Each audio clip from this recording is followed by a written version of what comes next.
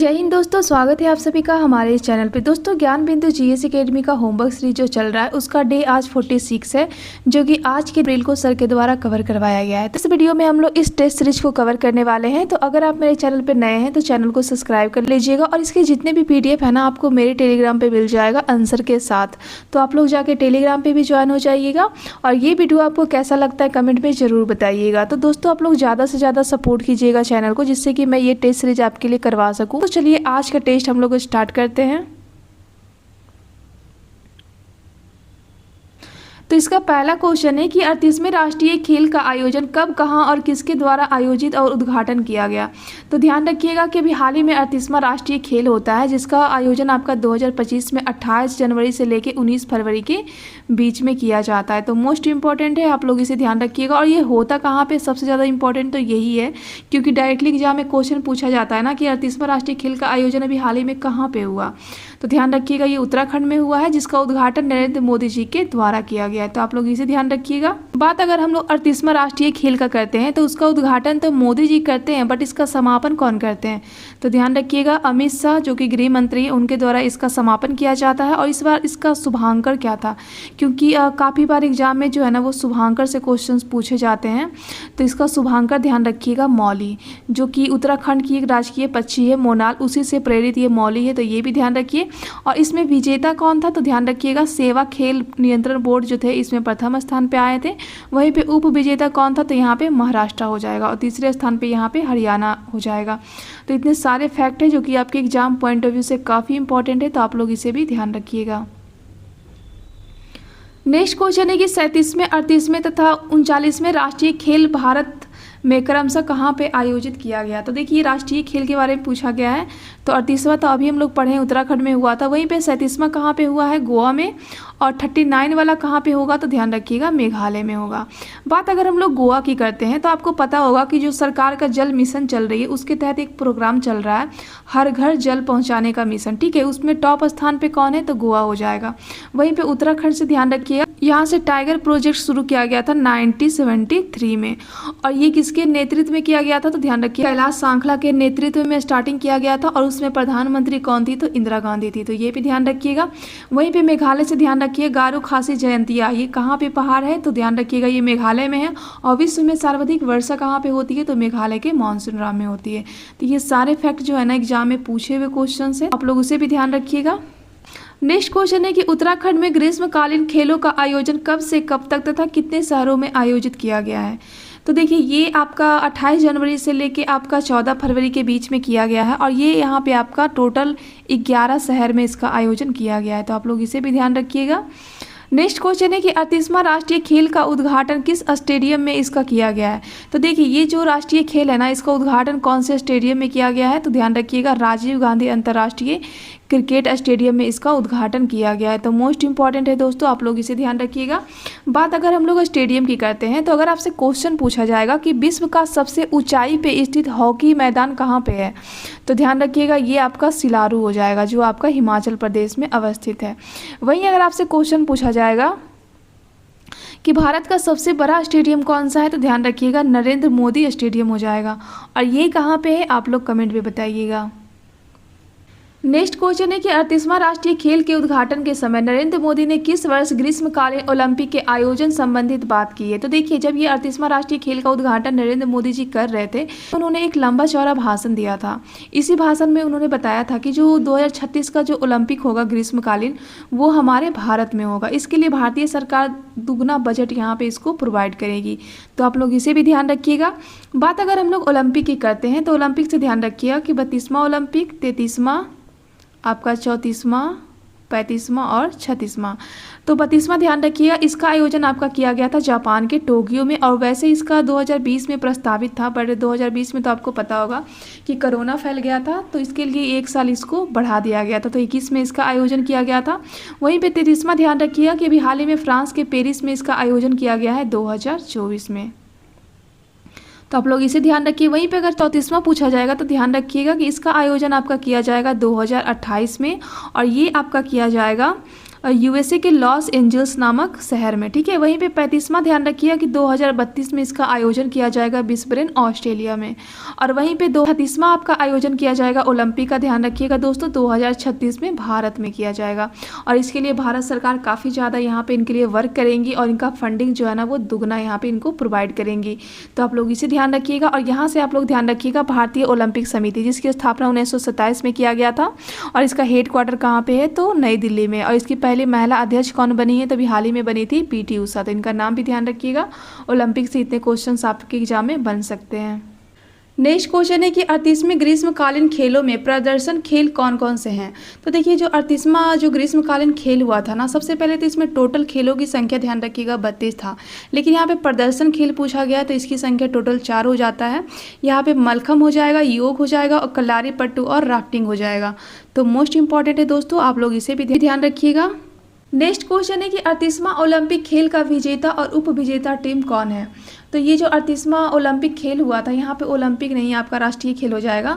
तो इसका विजेता यहाँ पे हो जाएंगे सेवा खेल नियंत्रण बोर्ड, जो कि प्रथम स्थान पे थे। वहीं पे दूसरे स्थान पे ध्यान रखिएगा महाराष्ट्र और तीसरे स्थान पे ध्यान रखिएगा यहाँ पे आप लोग हरियाणा, ठीक है।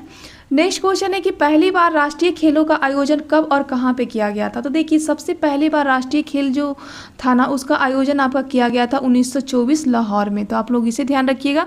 वैसे इस वक्त जो राष्ट्रीय खेल का आयोजन किया गया था तो उसका नाम राष्ट्रीय खेल नहीं था, बल्कि भारतीय ओलंपिक खेल के रूप में किया गया था। बाद में इसका नाम चेंज कर दिया गया अखिल भारतीय राष्ट्रीय खेल, और बाद में इसका नाम लास्टली चेंज किया गया 1940 में किया गया था, और इसका नाम रखा गया फिर राष्ट्रीय खेल, जो कि आपका अभी तक देखने को मिलता है। तो आप लोग इसे भी ध्यान रखिएगा दोस्तों। नेक्स्ट क्वेश्चन है कि स्वतंत्रता प्राप्ति के बाद प्रथम राष्ट्रीय खेल कब और कहां पे आयोजित किए गए थे। तो देखिए जब भारत आज़ाद होता है ना 15 अगस्त 1947 को, तो उसके बाद पहली बार राष्ट्रीय खेल का आयोजन किया जाता है आपका 1948 में लखनऊ में। तो आप लोग इसे भी ध्यान रखिएगा। नेक्स्ट क्वेश्चन है कि राष्ट्रीय खेलों का आयोजन किस समिति के द्वारा किया जाता है और इसकी सदस्यता किसके द्वारा बनाई जाती है। देखिए राष्ट्रीय खेल का जो आयोजन है ना, इसके लिए एक समिति कार्य करती है। इस समिति का नाम ध्यान रखिएगा भारतीय ओलंपिक समिति। तो भारतीय ओलंपिक समिति के द्वारा ही इसका आयोजन किया जाता है। तो इसकी स्थापना कब होती है, ध्यान रखिएगा 1927 में भारतीय ओलंपिक समिति की स्थापना होती है। और जिसके पहले अध्यक्ष कौन होते हैं, तो ध्यान रखिएगा दोराबजी टाटा होते हैं इसके पहले अध्यक्ष। पहले महिला अध्यक्ष अगर पूछा जाएगा तो ध्यान रखिएगा पीटी उषा हो जाएंगे। और इसका हेडक्वार्टर कहाँ पे है, तो नई दिल्ली में। तो इतना आप लोग ध्यान रखिएगा दोस्तों। और जो सदस्य होते हैं ना, वो किसके द्वारा डिसाइड किए जाते हैं, तो ध्यान रखिएगा जो राज्य में इसका आयोजन होता है ना, उस राज्य सरकार के द्वारा इसको डिसाइड किया जाता है। तो आप लोग इसे भी ध्यान रखिए।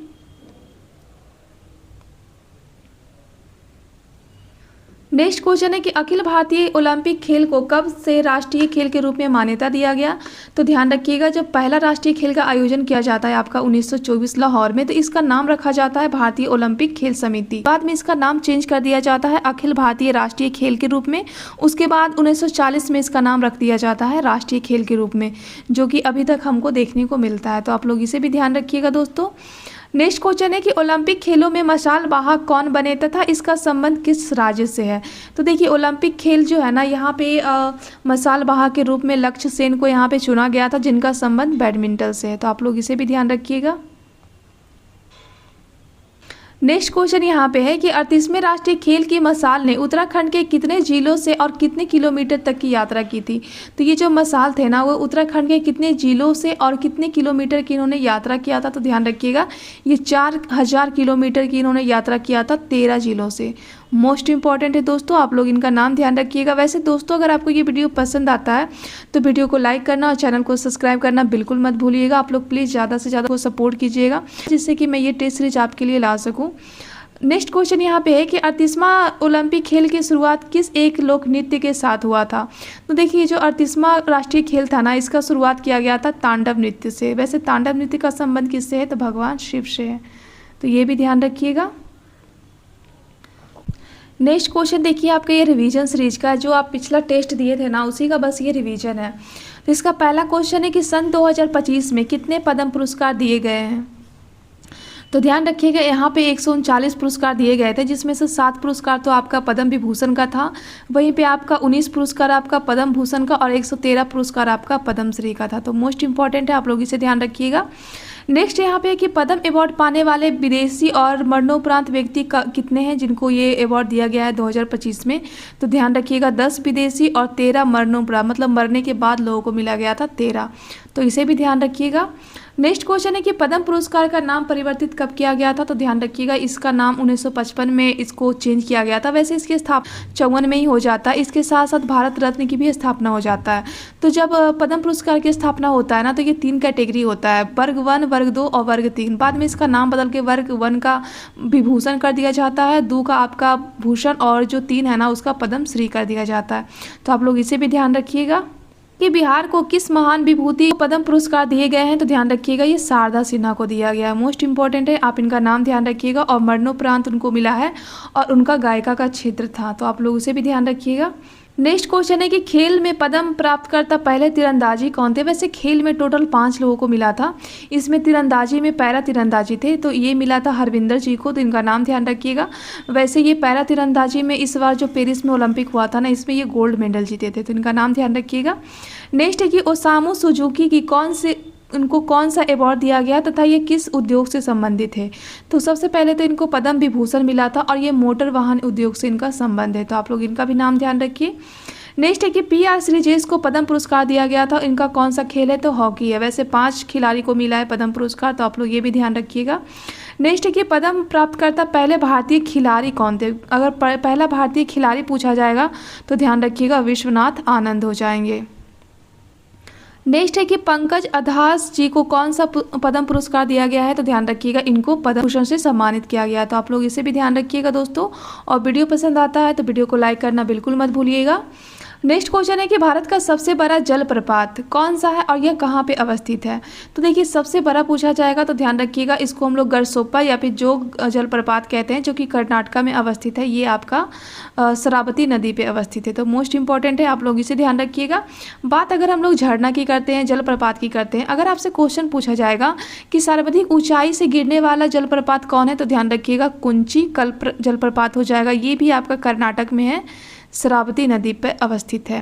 दूसरा अगर आपसे क्वेश्चन पूछा जाएगा कि विश्व का सबसे बड़ा झरना कौन है, ऊंचाई में पूछा जाएगा तो ध्यान रखिएगा एंजल जलप्रपात हो जाएगा।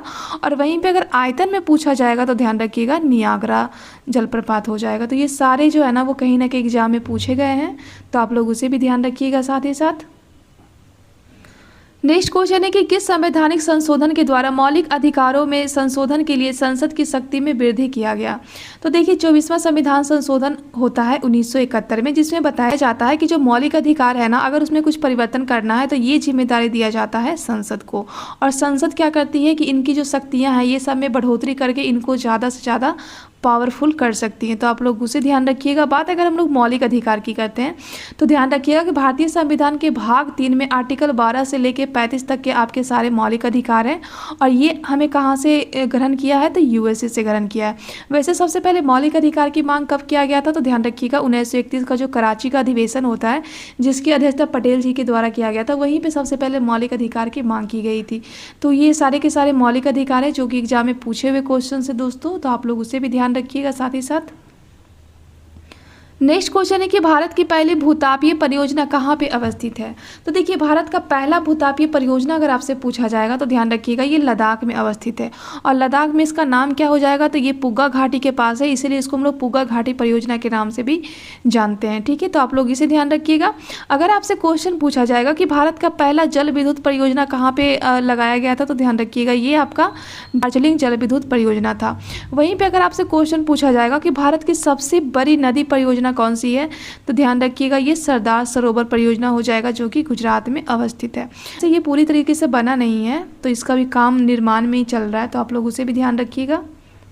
नेक्स्ट क्वेश्चन है कि ईस्ट इंडिया कंपनी के क्रियाकलाप को विनियमित करने के लिए, मतलब कि उसको कंट्रोल करने के लिए ब्रिटिश सरकार के द्वारा कौन सा अधिनियम पारित किया गया था। तो ध्यान रखिएगा 1773 का रेगुलेटिंग एक्ट आता है, इसी के द्वारा जो है ना वो ईस्ट इंडिया कंपनी के जो भी क्रियाकलाप होते हैं इसको कंट्रोल कर लिया जाता है ब्रिटेन के संसद के द्वारा। तो मोस्ट इंपॉर्टेंट है दोस्तों, आप लोग इसे ध्यान रखिएगा। वैसे 1773 का जो रेगुलेटिंग एक्ट आया था ना, इसी के तहत पहले क्या हुआ करता था कि बंगाल का गवर्नर हुआ करता था, तो इसका जो बंगाल का गवर्नर का पद था ना, इसको उसको उन्होंने समाप्त कर दिया और इसके जगह पे उन्होंने बंगाल के गवर्नर जनरल का पद लाया। तो मोस्ट इंपॉर्टेंट है दोस्तों, आप लोग इसे ध्यान रखिएगा। और कंपनी के जो भी अधिकार क्षेत्र थे ना, उसको सबसे पहले बार यहीं पे कंट्रोल किया गया था। तो आप लोग इसे भी ध्यान रखिएगा, काफ़ी इंपॉर्टेंट है और कई बार एग्जाम में ये क्वेश्चन पूछे गए हैं, तो आप लोग उसे ध्यान रखिएगा। नेक्स्ट क्वेश्चन है कि बंगाल में इस्तमरारी व्यवस्था कब और किसके द्वारा शुरू किया गया था। तो ध्यान रखिएगा, ये 22 मार्च 1793 को शुरू किया गया था लॉर्ड कॉर्नवालिस के द्वारा। ये बंगाल, बिहार और उड़ीसा तीनों एरिया में इसको लागू किया गया था। तो मोस्ट इंपॉर्टेंट है दोस्तों, आप लोग ध्यान रखिएगा। यहाँ से आप लोग ध्यान रखिएगा दोस्तों कि जब भारत में ब्रिटिश सरकार जब रूल करती है ना, तो वो अर्थव्यवस्था के क्षेत्र में 3 कानून लाती है। पहला ध्यान रखिएगा अस्थाई बंदोबस्त, ठीक है। दूसरा आप लोग ध्यान रखिएगा महालवारी और तीसरा ध्यान रखिएगा आप लोग रैयतवारी। तो जो स्थायी बंदोबस्त था ना, इसी को हम लोग इस्तमरारी बंदोबस्त भी कहते हैं, इसी को हम लोग जमींदारी व्यवस्था के रूप में भी जानते हैं। यहाँ पे क्या होता था कि जो ईस्ट इंडिया कंपनी थी ना, वो जमींदारों के साथ यहाँ पे वो समझौता करती थी और ये जो जमींदार हुआ करते थे, ये किसानों से ये लोग कलेक्ट किया करते थे राजस्व, और उसके बाद ये इसे ईस्ट इंडिया कंपनी को दिया करते थे। मतलब ये मध्यस्थता के तौर पर यहाँ पे जमींदारों को रखा जाता था, इसीलिए इस प्रथा को हम लोग जमींदारी व्यवस्था के रूप में जानते हैं। और यहाँ पे काफ़ी ज़्यादा जमींदारों ने यहाँ पे किसानों को काफ़ी ज़्यादा उन्होंने शोषण किया था। यहाँ से आप लोग सूर्य अस्त का सिद्धांत ध्यान रखिएगा कि यहाँ जो जमींदार होते थे उनको कहा जाता था कि आपको एक टाइम पीरियड दिया जाता है, इस टाइम पीरियड के अंदर अगर आपने लगान नहीं चुकाया तो ये आपका जो जमींदारी है ना, ये आपको बेच दिया जाएगा, मतलब कि नीलाम कर दिया जाएगा। तो यहाँ पे तो जमींदारों के साथ किया गया था। दूसरा आपका किया जाता है, दूसरा व्यवस्था आता है महालवारी, जो कि गाँव के जो मुखिया होते थे ना, उसके साथ किया जाता था। और ये जो मुखिया होते थे वो रैयतों से यहाँ पे पैसा कलेक्ट करके ईस्ट इंडिया कंपनी को प्रोवाइड करते थे। तीसरा यहाँ पे आता है ये रैयतवारी व्यवस्था। रैयतवारी व्यवस्था में क्या था कि यहाँ पे ना तो जमींदार था और ना ही महाल था, बल्कि डायरेक्टली ईस्ट इंडिया कंपनी यहाँ के किसानों के साथ वो समझौता करती थी और डायरेक्टली ये किसानों से ही अपना ये लगान लेती थी। तो ये 3 नीतियाँ थी अर्थव्यवस्था के क्षेत्र में ब्रिटिश काल में, और ये तीनों नीति से इतने बार एग्जाम में क्वेश्चन पूछे गए हैं कि मैं आपको बता नहीं सकती। तो ये तीनों का तीनों नीति आप लोग अच्छी तरीके से कवर कर लीजिएगा। ये आपका मॉडर्न हिस्ट्री में यहाँ से क्वेश्चन आते ही आते हैं, तो आप लोग उसे ध्यान रखिएगा। नेक्स्ट क्वेश्चन है कि किसकी संस्तुति के आधार पर संविधान का निर्माण करने वाली संविधान सभा का गठन किया गया था। तो देखिए, कैबिनेट मिशन भारत में आता है, तो उसी के सिफारिश पे यहाँ पे संविधान सभा का गठन किया जाता है। ये आपका जुलाई 1946 में संविधान सभा का गठन किया जाता है। तो आप लोग कमेंट पे बताइएगा कि संविधान सभा के लिए जो कैबिनेट मिशन भारत आई थी वो कब आई थी, और कैबिनेट मिशन यहाँ पे सुझाव भी दी थी तो वो कब दी थी। तो दोनों चीज़ आप लोग कमेंट में जरूर बताइएगा, जिससे कि आपका भी रिविजन हो। तो यहाँ पर जब संविधान सभा का गठन होता है ना, तो भारत के लिए एक संविधान बनाने की इनका मेन काम था। तो ये संविधान बनाते हैं और उसके बाद जब संविधान बन जाता है ना, तो ध्यान रखिएगा 26 नवंबर 1949 को संविधान को यहाँ पे अंगीकृत किया जाता है, और बाद में यहाँ पे आपका 26 जनवरी 1950 को भारतीय संविधान को पूरी तरीके से लागू कर दिया जाता है।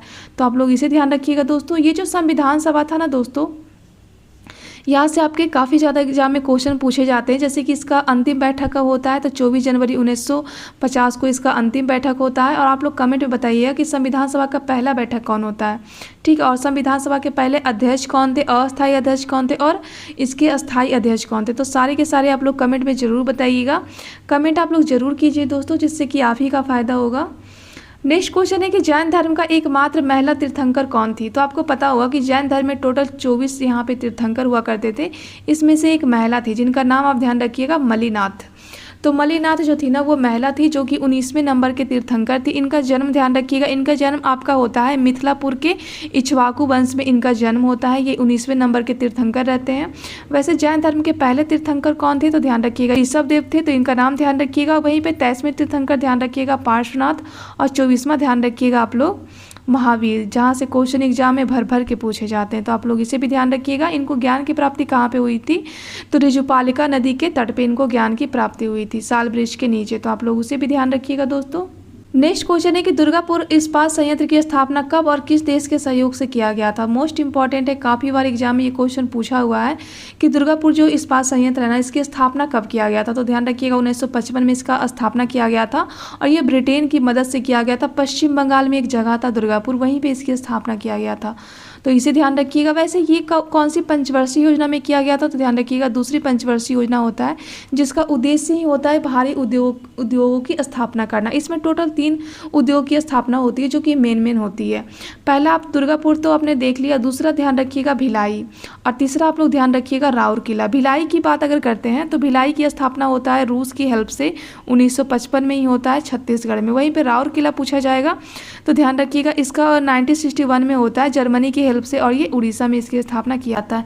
वहीं पे तीसरी जब पंचवर्षीय योजना आता है ना, तो यहाँ पे बोकारो स्टील जो संयंत्र होते हैं ना, उसकी स्थापना किया जाता है 1964 में USSR की मदद से, और ये कहाँ पे किया जाता है तो ध्यान रखिएगा झारखंड रांची में किया जाता है। तो मोस्ट इंपॉर्टेंट है, आप लोग उसे भी ध्यान रखिएगा। नेक्स्ट क्वेश्चन है कि लोकसभा में विपक्ष का नेता बनने के लिए कम से कम सदन की कुल सीटों की कितनी सीटें हमें हासिल करनी पड़ेगी। देखिए लोकसभा में एक तो पक्ष के नेता होते हैं जो कि सरकार बनाते हैं, और एक विपक्ष के नेता होते हैं जो कि सरकार की जो भी नीतियां होती है ना उसका बैठ के ये लोग आलोचना करते हैं, जो कि वर्तमान में कांग्रेस अभी कर रहे हैं। और पक्ष में कौन है तो बीजेपी है, जो कि आपको पता है नरेंद्र मोदी की सरकार बनी हुई है, और कांग्रेस जो है यहाँ पर क्या करती है, इनका ज़्यादा जितना हो सके वो इनका विरोध करते रहती हैं। लोकसभा है ना, यहाँ पे विपक्ष का नेता बनना है तो कम से कम जो कुल सदन में जितने भी लोग हैं ना उनका कितना प्रतिशत सीट आपके पास होना चाहिए, तो 10% होना चाहिए, जो कि कांग्रेस के पास है। इसीलिए कांग्रेस जो है वो विपक्ष का नेता है, तो आप लोग इसे भी ध्यान रखिएगा। 1964 के बाद जो है ना वो विपक्ष शब्द का प्रयोग भारतीय राजनीति में किया गया, तो मोस्ट इंपॉर्टेंट है दोस्तों, आप लोग इसे भी ध्यान रखिएगा।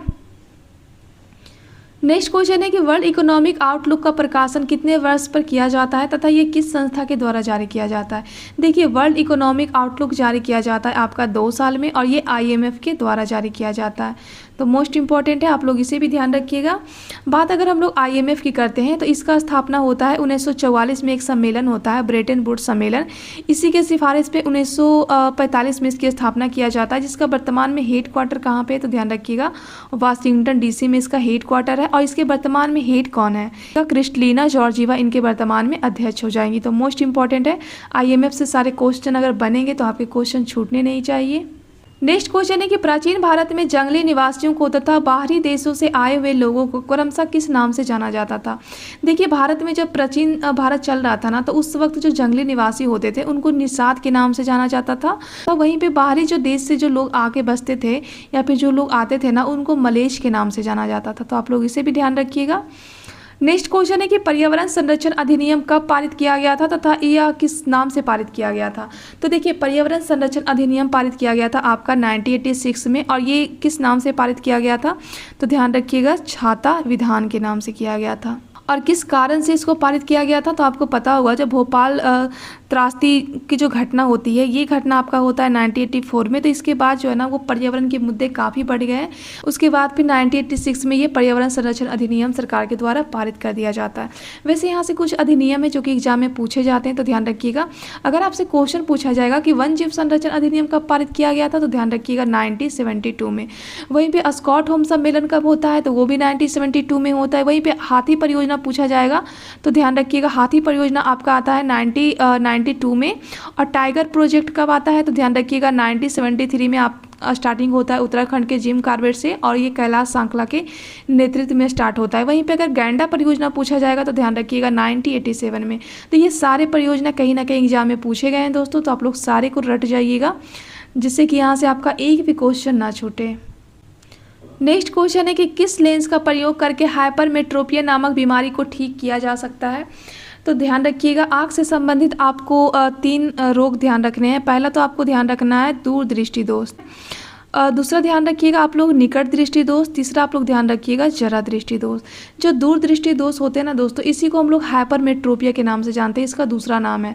तो इसके लिए हम लोग किस चीज़ का यूज करते हैं तो उत्तल दर्पण का उत्तल लेंस का यहाँ पे यूज किया जाता है। वहीं पे निकट दृष्टि दोष अगर किसी को हो जाता है तो यहाँ पे अवतल लेंस का यूज किया जाता है। जैसे कि मुझे निकट दृष्टि दोष है, मैं यहाँ पे अवतल लेंस का चश्मा यूज करती हूँ। और तीसरा ध्यान रखिएगा आप लोग जरा दृष्टि दोष, जिसको हम लोग प्रेस बायोपिया के नाम से भी जानते हैं। तो इसमें क्या होता है कि उत्तल और अवतल दोनों यहाँ पे यूज किया जाता है, तो आप लोग इसे ध्यान रखिएगा। तो इसका आपका राइट आंसर हो जाएगा उत्तल लेंस। तो मोस्ट इंपॉर्टेंट है दोस्तों, आप लोग इसे ध्यान रखिएगा। नेक्स्ट क्वेश्चन है कि हड़प्पा का संबंध पाकिस्तान के किस जिले से है तथा रावी नदी के किस तट पे ये अवस्थित है। तो देखिए पाकिस्तान का पंजाब जो प्रांत है ना, वहाँ पे मांटगोमरी जिले से इसका संबंध है, और ये रावी नदी के बाईं बाईं ओर ये अवस्थित है।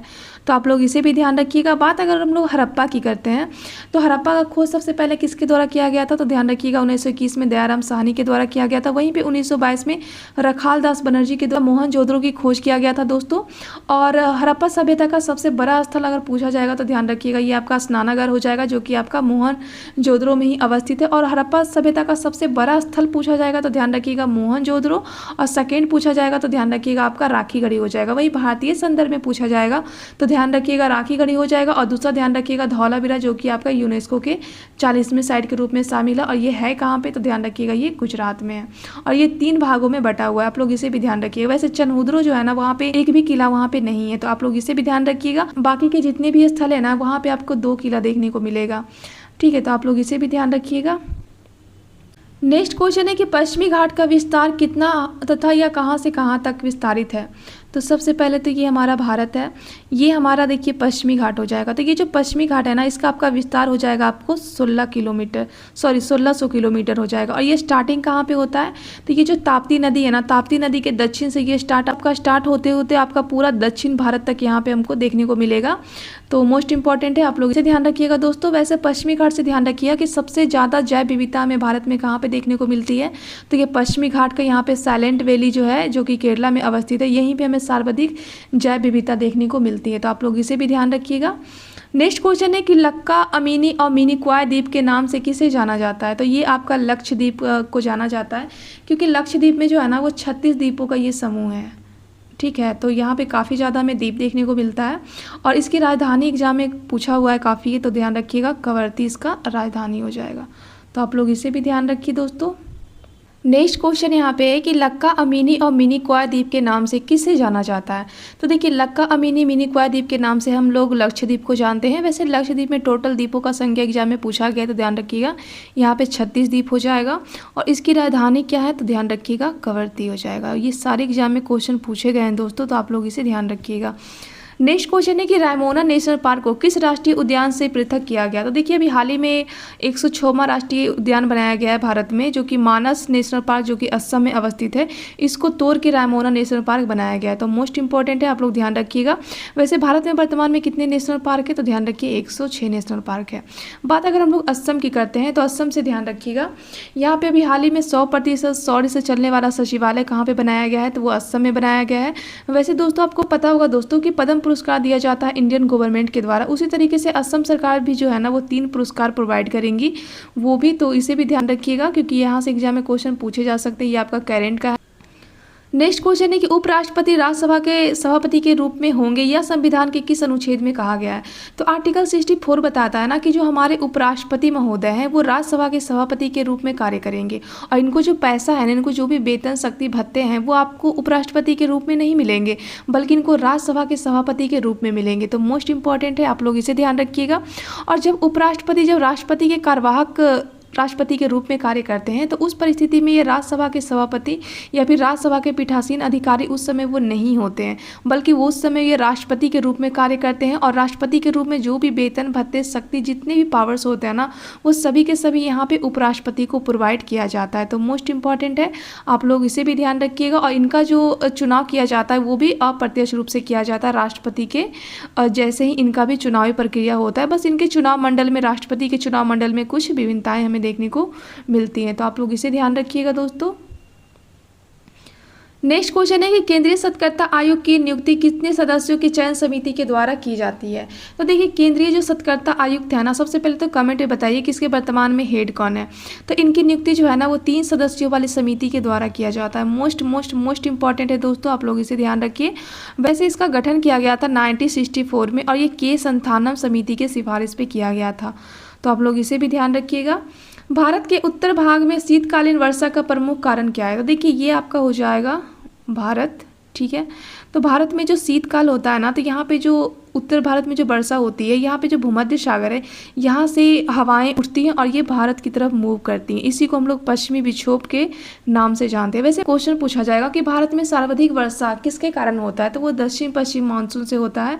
और ये मानसून आती है ना, तो ये भारत की आकृति आपको पता है प्रायद्वीप की है, तो यहाँ पे वो मानसून दो भागों में बढ़ जाती है। एक तो अरब सागर की तरफ मूव कर जाती है और एक आपका बंगाल की खाड़ी की तरफ मूव कर जाती है। और ये सबसे पहले कहाँ पे टकराती हैं, तो ये केरला के पास टकराती हैं जून के पहले मंथ में। तो आप लोग इसे ध्यान रखिए। वैसे जो तमिलनाडु है ना, यहाँ पे जो वर्षा होती है ना, जब मानसून लौटती है ये ठंडे के दिन में, तब यहाँ पे जाके तमिलनाडु के एरिया में वर्षा होती है। तो आप लोग इसे भी ध्यान रखिएगा। नेक्स्ट क्वेश्चन है कि जूनागढ़ को किस तिथि को भारतीय संघ में मिलाया गया। तो देखिए, जब भारत आज़ाद होता है ना, तो भारत के समस्त जितने भी देशी रियासत होते हैं वो तो भारतीय संघ में मिल जाते हैं, लेकिन आपका जम्मू कश्मीर, आपका जूनागढ़ और आपका हैदराबाद, तीन जो होता है ना, वो यहाँ पे मिलने के लिए बिल्कुल भी रेडी नहीं होता है। जम्मू कश्मीर में तो यहाँ पे कैसे भी करके सिग्नेचर करके आधा अधूरा भारत में ये मिल ही जाते हैं। उसके बाद जूनागढ़ में यहाँ पे जनमत संग्रह करवाया जाता है। और हैदराबाद जो होता है ना, यहाँ पे एक ऑपरेशन चलाया जाता है, ऑपरेशन पोलो। ऑपरेशन पोलो के तहत सैनिक कार्रवाई के तहत इसको मिलाया जाता है। वहीं पे जूनागढ़ यहाँ पे पूछा गया है, तो ध्यान रखिएगा, यहाँ के राजा हुआ करते थे महावत खां, तो ये पाकिस्तान भाग जाते हैं क्योंकि ये जो है ना जूनागढ़ को पाकिस्तान में मिलाना चाहते थे। तो बाद में जाके 20 अक्टूबर 1948 को जूनागढ़ को भारतीय संघ में मिला दिया गया। तो आप लोग इसे ध्यान रखिएगा, काफ़ी इंपॉर्टेंट है, काफ़ी बार एग्जाम में ये क्वेश्चन पूछा गया है दोस्तों, तो आप लोग इसे रट जाइएगा। नेक्स्ट क्वेश्चन है कि पुरंदर की संधि कब और किसके बीच में आयोजित किया गया था। तो ध्यान रखिएगा, ये किया गया था 1665 में शिवाजी और जयसिंह के बीच में। वैसे जयसिंह जो थे ना, ये यहाँ पे औरंगजेब के प्रतिनिधित्व के रूप में आए थे ये पुरंदर की संधि करने के लिए। तो आप लोग इसे भी ध्यान रखिएगा।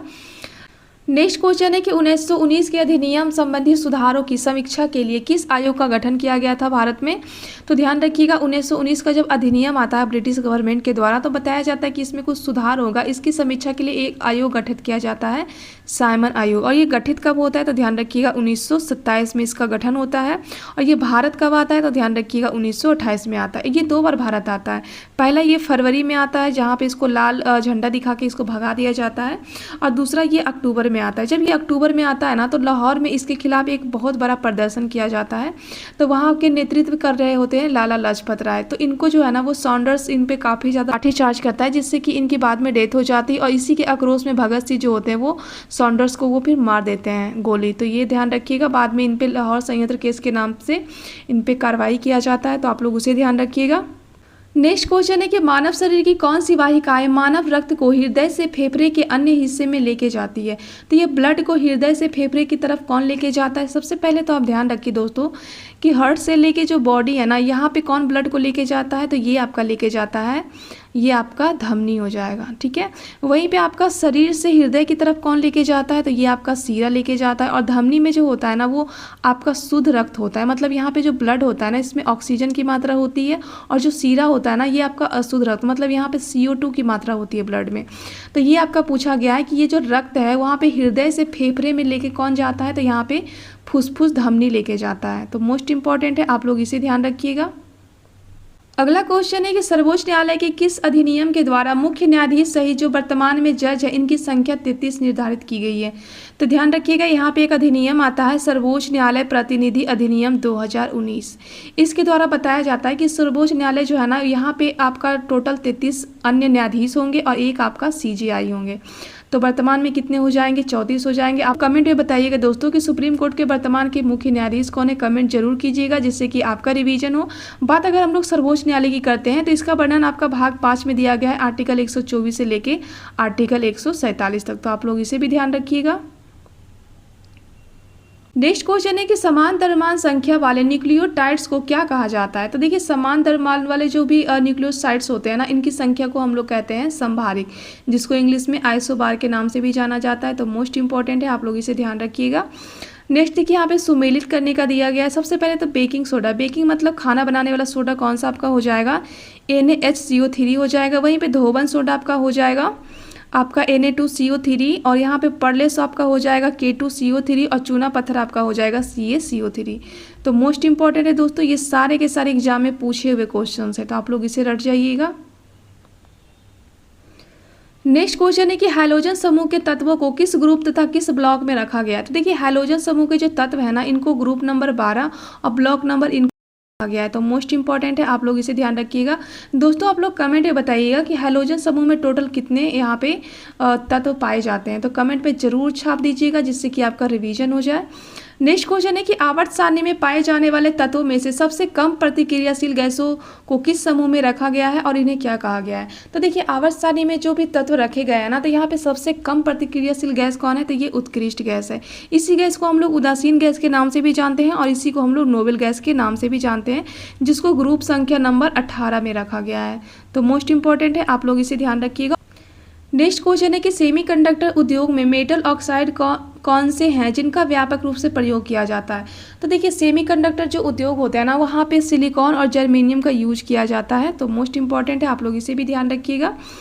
नेक्स्ट है कि किस प्रक्रिया को संगलन के रूप में जाना जाता है। तो जब ठोस द्रवित अवस्था में कोई वस्तु परिवर्तित हो जाती है ना, तो उस प्रक्रिया को हम लोग यहाँ पे संगलन के रूप में जानते हैं। तो आप लोग इसे भी ध्यान रखिएगा। और ठोस से डायरेक्टली गैस बन जाना क्या हो जाएगा, यहाँ पे आपका ऊर्ध्वापातन हो जाएगा। तो आप लोग इसे भी ध्यान रखिए। नेक्स्ट क्वेश्चन है कि कौन सा सोडियम यौगिक अपनी परीक्षण प्रक्रिया के लिए विभिन्न वस्तुओं जैसे कि सॉस, सलाद ड्रेसिंग और पेय पदार्थों में सबसे अधिक लोकप्रिय योजक है। तो ये आपका सोडियम बेंजोएट हो जाएगा। काफ़ी बार एग्जाम में क्वेश्चन पूछा गया है कि खाद्य पदार्थ की जो परीक्षण होती है ना, उसमें हम लोग किसका यूज करते हैं। तो वहाँ पे हम लोग सोडियम बेंजोएट का यूज करते हैं। तो मोस्ट इंपॉर्टेंट है, तो आप लोग इसे ध्यान रखिएगा। अगला क्वेश्चन है कि निम्नलिखित में से कौन सा ग्रीन हाउस गैस नहीं है। यहाँ पे नहीं है पूछा गया है, लेकिन यहाँ पे तो कुछ दिया ही नहीं गया है, तो इसे आप लोग हटा दीजिए। यहाँ पे ग्रीन हाउस गैस कौन कौन से हो जाएंगे, तो ध्यान रखिएगा। सबसे तो प्रबल होता है आपका कार्बन डाइऑक्साइड, दूसरा आपका CFC होता है, तीसरा मीथेन, चौथा आपका N2 हो जाएगा और पाँचवा ध्यान रखिएगा आप लोग जलवाष्प। तो मोस्ट इंपॉर्टेंट है, आप लोग इसे ध्यान रखिए। अगला क्वेश्चन है कि मानव निर्मित फाइबर को लकड़ी के गुद्दे से प्राप्त किया जाता है। तो ये मानव निर्मित फाइबर को लकड़ी के गुद्दे से प्राप्त किया जाता है, रेयॉन को। तो आप लोग इसे भी ध्यान रखिएगा। अगला क्वेश्चन है कि निम्न में से कौन सा सुमेलित नहीं है। यहाँ पे नहीं है पूछा गया है। तो पीतल तांबा और टीन का बनता है, ये बिल्कुल गलत है। और निक्रोम आपका निकल क्रोमियम आयरन का होता है, तो ये बिल्कुल सही है। वहीं पे इलेक्ट्रेम की बात करते हैं तो ये सोना चांदी से बनता है। देखिए पीतल जो होता है ना, वहाँ पे तांबे और यहाँ पे हम लोग जस्ता का यूज करते हैं। तो यहाँ पे नहीं पूछा गया ना, तो यहाँ पे सिर्फ राइट आंसर आपका ए हो जाएगा। नेक्स्ट क्वेश्चन है कि कौन सा यौगिक केंद्रीय तंत्रिका तंत्र को दबाने के लिए उपयोग किया जाता है। यहाँ पे सेंट्रल नर्वस सिस्टम के बारे में पूछा गया है। तो यहाँ पे देखिए हम लोग क्लोरोफॉर्म का यूज करते हैं। जब भी लोगों को बेहोश किया जाता है ना, तो वहाँ पे क्लोरोफॉर्म का यूज किया जाता है। तो आप लोग उसे भी ध्यान रखिए। नेक्स्ट क्वेश्चन है कि लिमोनाइट किस मेटल की कलाकृति से बना होता है। तो ध्यान रखिएगा, ये जो लिमोनाइट होता है ना, वो लोहा से बना होता है। वैसे लोहा का अयस्क काफ़ी बार एग्जाम में पूछा गया है, तो ध्यान रखिए। पहला यहाँ पे हेमेटाइट ध्यान रखिएगा, दूसरा यहाँ पे आप लोग मैग्नेटाइट, तीसरा आप लिमोनाइट और चौथा आप लोग सीडेराइट ध्यान रखिएगा। तो ये चारों को जो लोहा का अयस्क है ना दोस्तों, एग्जाम में काफ़ी पूछा गया है, तो आप लोग इसे ध्यान रखिएगा। नेक्स्ट क्वेश्चन है कि वल्कनीकरण प्रक्रिया के दौरान किस पदार्थ के मिश्रण से रबर को कठोर बनाया जाता है। देखिए एक वल्कनीकरण का प्रोसेस होता है जिसमें सल्फर मिलाया जाता है, और ये जो रबर होते हैं ना काफ़ी मुलायम होते हैं। तो जब हम लोग इसमें सल्फर को मिलाते हैं ना, तो ये रबर कठोर बन जाता है। उसके बाद आपका दस्ताना हो गया, फिर रबर से संबंधित जो भी कठोर चीज़ें होती है ना, उसके बाद उसको बनाया जाता है। तो ध्यान रखिएगा, यहाँ पे इसका सल्फर का यूज किया जाता है। मोस्ट इंपॉर्टेंट है दोस्तों, आप लोग इसे भी ध्यान रखिएगा। नेक्स्ट क्वेश्चन है कि वह कौन सा पदार्थ है जिसका प्रयोग कपड़ों के धब्बे से लेके जंग, ये जो जंग होता है ना, उसको हटाने के लिए हम लोग प्रयोग करते हैं। तो यहाँ पे हम लोग ऑक्जेलिक एसिड का यूज करते हैं, और ये सबसे ज़्यादा कहाँ पे पाया जाता है, तो ध्यान रखिएगा ये टमाटर में पाया जाता है। नेक्स्ट क्वेश्चन है कि किडनी स्टोन जो होते हैं उसमें क्या पाया जाता है। आपने सुना होगा कि बहुत सारे लोगों को जो है ना वो किडनी में स्टोन हो जाता है, तो वो किसके कारण होता है, तो वो कैल्शियम ऑक्जेलेट के कारण होता है, CaC2O4 के कारण ये यहाँ पे किडनी स्टोन हो जाता है। तो आप लोग इसे भी ध्यान रखिएगा दोस्तों।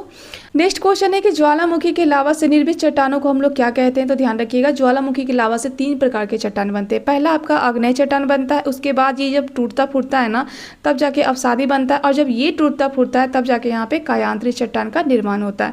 वैसे हम लोग अवसादी चट्टान को ही हम लोग जीवाश्म वाला चट्टान के रूप में भी जानते हैं। तो मोस्ट इंपॉर्टेंट है दोस्तों, आप लोग इसे ध्यान रखिएगा। नेक्स्ट क्वेश्चन है कि मगध के किस शासक को सर्व छत्रांतक के रूप में जाना जाता है। तो ध्यान रखिएगा, ये महापद्मन को जाना जाता है। महापद्मन से ध्यान रखिएगा कि नंद वंश की स्थापना इनके द्वारा ही किया गया था। ये क्या करते हैं कि बहुत सारे क्षत्रियों का नाश कर देते हैं, इसलिए इनको सर्व छत्रात्मक के रूप में जाना जाता है। तो मोस्ट इंपॉर्टेंट है, आप लोग इसे ध्यान रखिएगा। नेक्स्ट क्वेश्चन है कि हर्यक वंश का वह कौन सा शासक था जिसने अपनी आक्रामक नीतियों और पड़ोसी राज्यों के साथ संघर्ष के लिए जाने जाते हैं। तो ये अजातशत्रु जाना जाता है। मोस्ट इंपॉर्टेंट है दोस्तों, ध्यान रखिएगा। नेक्स्ट क्वेश्चन है कि किस शासक के द्वारा व्यापक विजय तथा सत्ता का केंद्रीकरण किया गया था, तो ये बिंबिसार के द्वारा किया गया था। तो आप लोग इसे भी ध्यान रखिएगा। नेक्स्ट है कि कौशल को मगध के साम्राज्य में किसने मिलाया था, तो ये अजातशत्रु मिलाए थे, क्योंकि अजातशत्रु के टाइम में ही कौशल के साथ काफ़ी ज़्यादा युद्ध होता है और बाद में जाके कौशल को मगध साम्राज्य में मिला लिया जाता है। तो मोस्ट इंपॉर्टेंट है, आप लोग इसे भी ध्यान रखिएगा। नेक्स्ट क्वेश्चन है कि बुद्ध के महापरिनिर्वाण के कितने वर्षों के बाद द्वितीय बौद्ध संगीति का आयोजन किया जाता है, तो ध्यान रखिएगा पहला आपका 183 ईसा पूर्व में होता है। इसके 100 वर्ष के बाद मतलब 383 ईसा पूर्व में वैशाली में काला अशोक के संरक्षण में यहाँ पे अध्यक्षता सभाकामी करते हैं, यहीं पे आपका दूसरा बौद्ध संगीति का आयोजन किया जाता है। तो मोस्ट इंपॉर्टेंट है दोस्तों, आप लोग इसे ध्यान रखिएगा। नेक्स्ट है कि अस्थायी सेना रखने वाला पहला मगध का शासक कौन बना था, तो ये बिंबिसार थे जिन्होंने अस्थायी सेना रखा था। काफ़ी बार एग्जाम में पूछा हुआ ये क्वेश्चन है, तो आप लोग इसे ध्यान रखिएगा। नेक्स्ट क्वेश्चन है कि शिशुनाग मगध का राजा बनने से पूर्व कहाँ का वायसराय था, तो देखिए ये जब शिशुनाग मगध का राजा बनते हैं ना, इससे पहले ये काशी के वायसराय होते हैं। तो आप लोग इसे भी ध्यान रखिए। नेक्स्ट क्वेश्चन है कि मगध के किस शासक ने स्वयं को धर्म का शिक्षक घोषित किया है, तो ये अशोक के द्वारा घोषित किया गया था। तो आप लोग ये भी ध्यान रखिए। वैसे अशोक तो अपने धर्म के लिए ही फेमस है। अगला क्वेश्चन है कि किस यूनानी शासक के साथ चंद्रगुप्त मौर्य ने मध्ययुगीन काल में चित्रात्मक संबंध स्थापित किए थे, तो ध्यान रखिएगा इन्होंने सेल्यूकस निकेटर के साथ इन्होंने ये संबंध स्थापित किया था।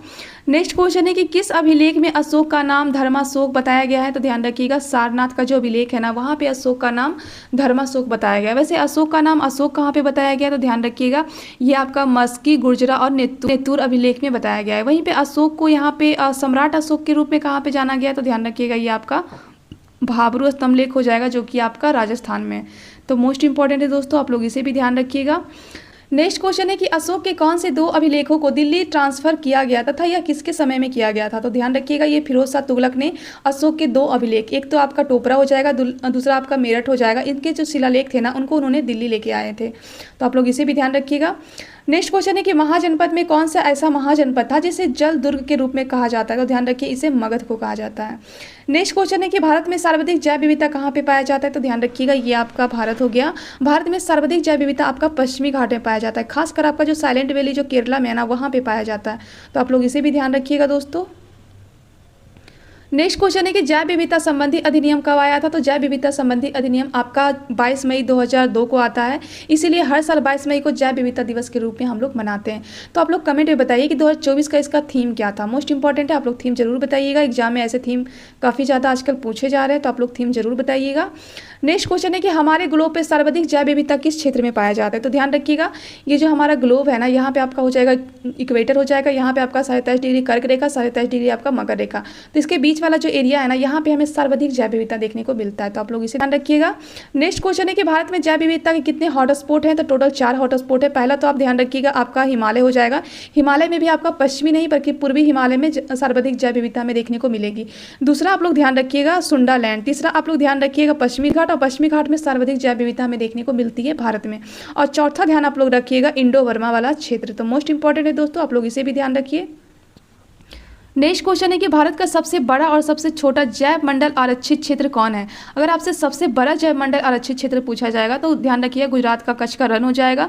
वहीं पे सबसे छोटा पूछा जाएगा तो ध्यान रखिएगा डिब्रू सिकोवा हो जाएगा। तो मोस्ट इंपॉर्टेंट है दोस्तों, आप लोग इसे भी ध्यान रखिए। नेक्स्ट क्वेश्चन है कि भारत में जैव मंडल आरक्षित क्षेत्रों की कुल संख्या कितनी है, तो टोटल 18 क्षेत्र हैं जो कि भारत में जैव मंडल आरक्षित क्षेत्र हैं। नेक्स्ट है कि भारत का कौन सा तटीय भाग जैव संवर्धन के लिए जाना जाता है, तो ये आपका पश्चिमी घाट हो जाएगा। दोस्तों यहाँ पे मैंने आपका 75 क्वेश्चन कवर अप करवा दिया है। तो ये वीडियो आपको कैसा लगा कमेंट में जरूर बताइएगा। इसका PDF आपको मेरे टेलीग्राम पे मिल जाएगा, तो फटाफट आप लोग जाकर टेलीग्राम को भी ज्वाइन कर लीजिएगा।